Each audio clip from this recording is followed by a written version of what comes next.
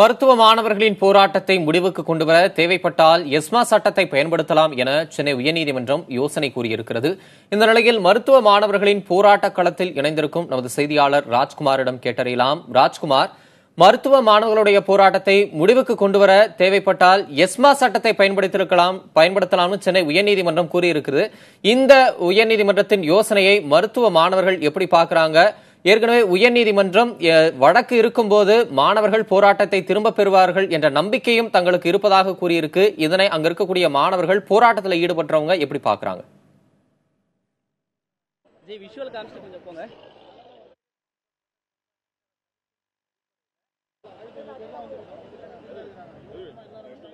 மருத்துவ மாணவர்களின் போராட்டத்தை முடிவுக்கு கொண்டுவர தேவைப்பட்டால் எஸ்மா சட்டத்தை பயன்படுத்தலாம் என சென்னை உயர்நீதிமன்றம் யோசனை கூறியிருக்கிறது. கூடுதல் விவரங்களை களத்தில் இருக்கும் செய்தியாளர் ராஜ்குமாரிடம் கேட்டு பெறலாம். ராஜ்குமார், இணைப்பில் இருக்கீங்க. தற்போது போராட்ட களத்தில் இருக்கக்கூடிய மாணவர்கள் என்ன நினைக்கிறார்கள்? உயர்நீதிமன்றம் இது போன்ற ஒரு யோசனை வழங்கி இருக்கிறது, அவர்கள் தரப்பிலிருந்து என்ன சொல்ல நினைக்கிறார்கள்?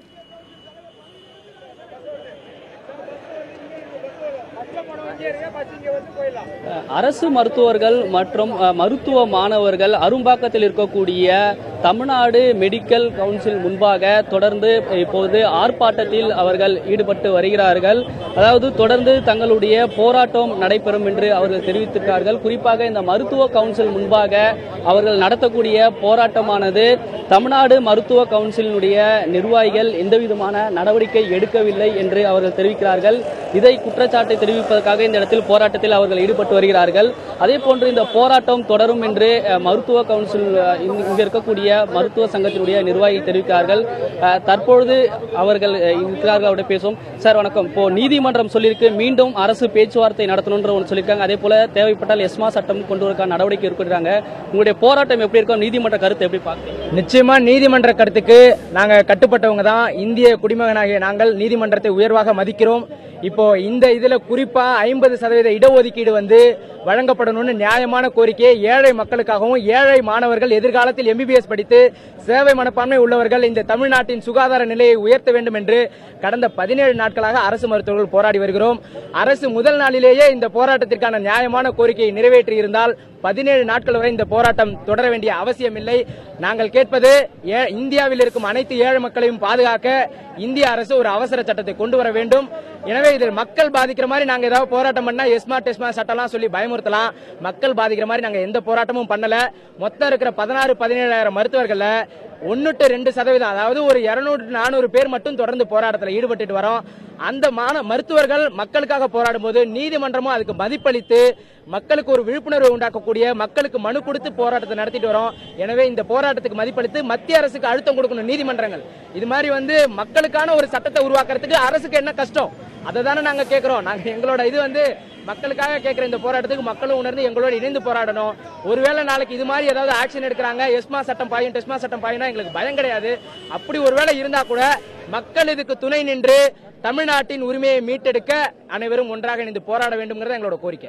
17வது நாளா இன்று நீங்க போராட்டம் நடத்திட்டு வரீங்க. குறிப்பா இன்னைக்கு நீதிமன்றம் கூட மீண்டும் பேச்சுவார்த்தை நடத்துங்க, போராட்டத்தில் கூடிய மருத்துவ பேச்சுவார்த்தை நடத்திருக்காங்க. பேச்சுவார்த்தைக்கு நீங்க தயாரா இருக்கீங்களா? அடுத்த கட்டமானது உங்க போராட்டம் எப்படி? நிச்சயமா மதிப்பிற்குரிய சுகாதார செயலாளர் அவர்களும் மதிப்பிற்குரிய இயக்குனர் பொது சுகாதாரத்துறை அவர்களும் சற்று முன் அலைபேசியில் அழைப்பு விடுத்தார்கள். அவர்களின் அழைப்புக்கு மதிப்பு கொடுத்து நாங்கள் பேச்சுவார்த்தைக்கு செல்வோம். அடுத்த கட்ட நடவடிக்கை குறித்து உறுப்பினர்களுடன் பேசி கலந்தாலோசித்து தான் முடிவு தெரிவிப்போம். முக்கியமா நீங்க தமிழ்நாடு மருத்துவ அலுவலர் சங்கத்தினுடைய செயலாளர், நீங்க தான் போராட்டத்தை நீங்க தான் முன்னெடுத்துட்டு இருக்கிறீங்க.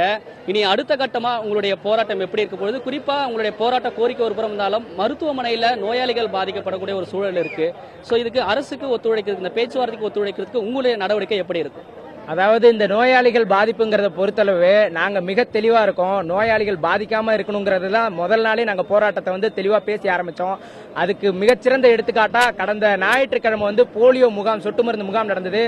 எல்லா இடத்துலயுமே டாக்டர் இருந்தாங்க. எல்லா இடத்துலயுமே இந்த போலியோ சொட்டு மருந்தோட முக்கியத்துவத்தையும் இந்த இளங்கலை மருத்துவ பட்டப்படிப்புல தமிழகம் எவ்வாறு ஏமாற்றப்படுகிறது, அந்தந்த மாநிலங்கள் எவ்வாறு ஏமாற்றப்படுகிறது விழிப்புணர்வு உண்டாக்கியிருக்கோம். நாங்க சமுதாய பொறுப்போட இருக்கும்போது இது மக்கள் பணி தான். அரசு மருத்துவமனையில உட்கார்ந்து ஓபி பாக்குறதோட மட்டும் இல்லாம மக்களுக்கு அறிவை ஊட்டக்கூடிய ஒரு அறவழி போராட்டத்தை நடத்தி கொண்டிருக்கிறோம். எனவே இதுக்கு மதிப்பு கொடுத்து சரியான முறையில் நடவடிக்கை எடுக்கணுங்கிறதா எங்களோட கோரிக்கை. இவர்கள் அரசுகளுடன் பேச்சுவார்த்தை நடத்துவதற்கு தயாராக இருக்கிறோம். ஆனால் இந்த போன்ற எஸ்மா சட்டம் போன்ற நடவடிக்கை பயமுறுத்தக்கூடிய ஒரு நடவடிக்கையாக இருந்தாலும் ஆனால் எங்களுடைய போராட்டம் தொடரும் என்று இந்த இடத்தில் தமிழ்நாடு மருத்துவ அலுவலர் சங்கத்தினுடைய செயலாளர் கதிர்வேல் நடத்துவர் தெரிவித்திருக்கிறார்.